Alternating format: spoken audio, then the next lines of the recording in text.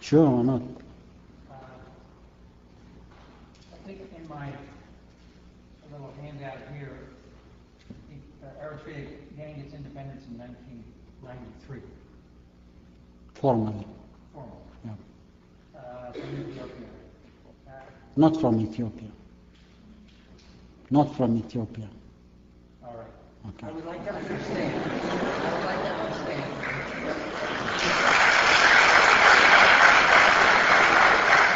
Okay. What it is that seems to have altered the stance of the Ethiopian government towards Eritrea. It happened that we've been discussing this matter a few minutes ago. I mean, number one, Eritrea did not get its independence from Ethiopia at all. I mean, we had our just cause. We fought for a long time, for almost 3 decades, probably half a century.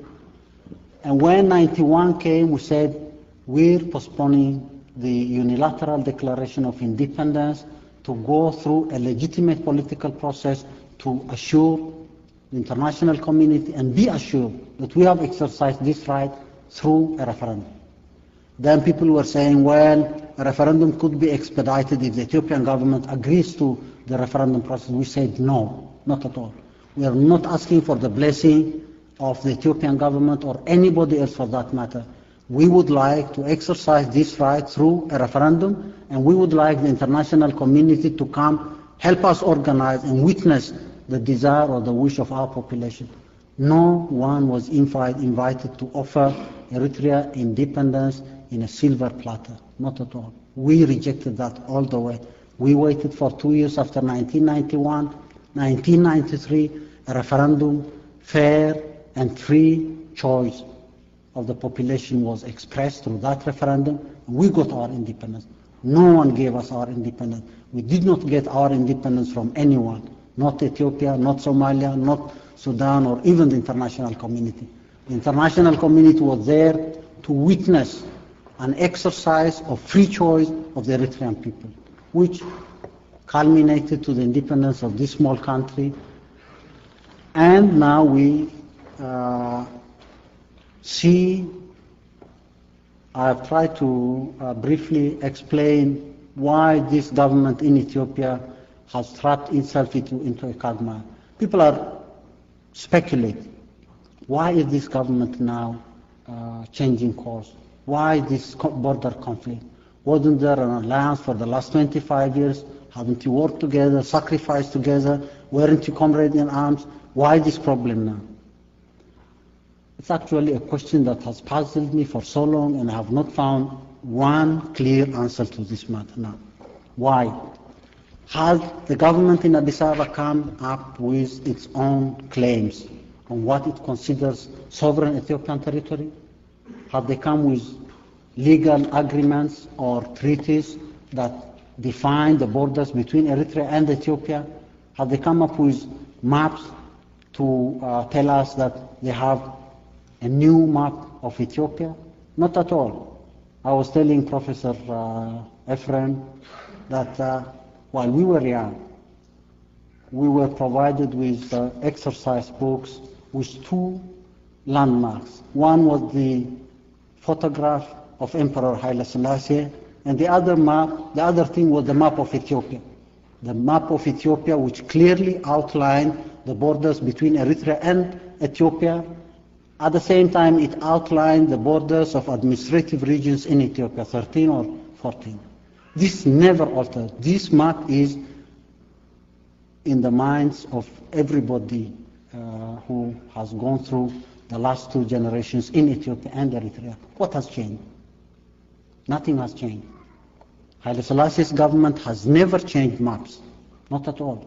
In fact, they consolidated the colonial treaties by the maps produced with the assistance of mapping missions from this nation and from other countries.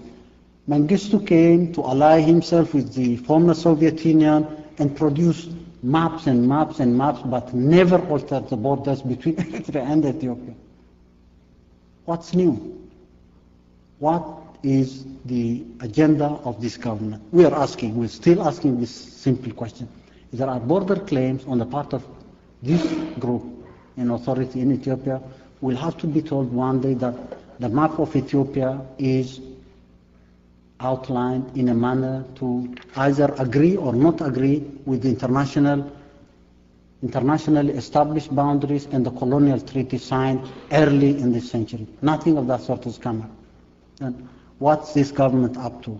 What is the problem? That still is a puzzle. The problem to me is this is a very small group.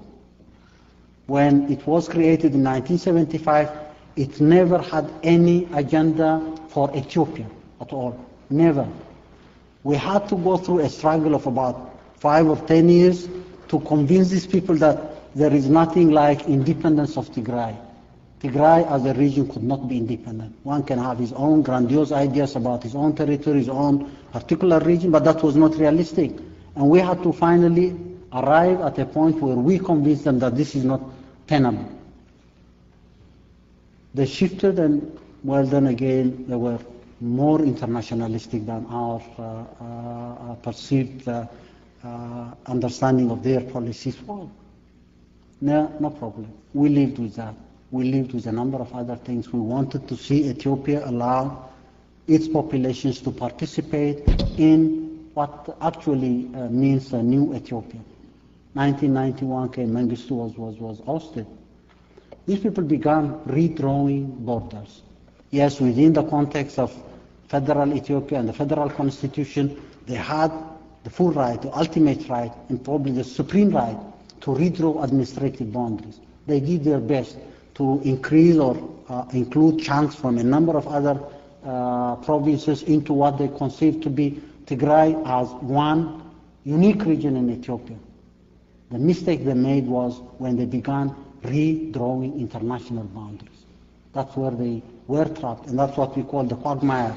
Now they can't get out of that quagmire, they can't extricate themselves out of the cut.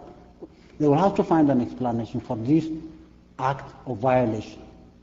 Because it cannot be justified, they're living in a situation of obsession or chain reaction where a mistake is resolved or attempted to be solved by another mistake.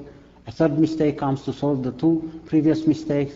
That kind of vicious circle they live in, and that might be an explanation on what these people are up to. But again, is that a persuasive explanation of what they are up to justify the loss of tens of thousands of lives, both from Eritrea and Ethiopia, to tell us at the end of the day that they were mistaken and they had a misperception about their borders? God knows what finally we'll find out, but we will patiently pursue our policy of dialogue. We'll work with the international community to find a peaceful solution to the problem. We are against the war. We will try to avoid war, even though we have a legitimate right to self-defense. But again, we find this war a senseless war.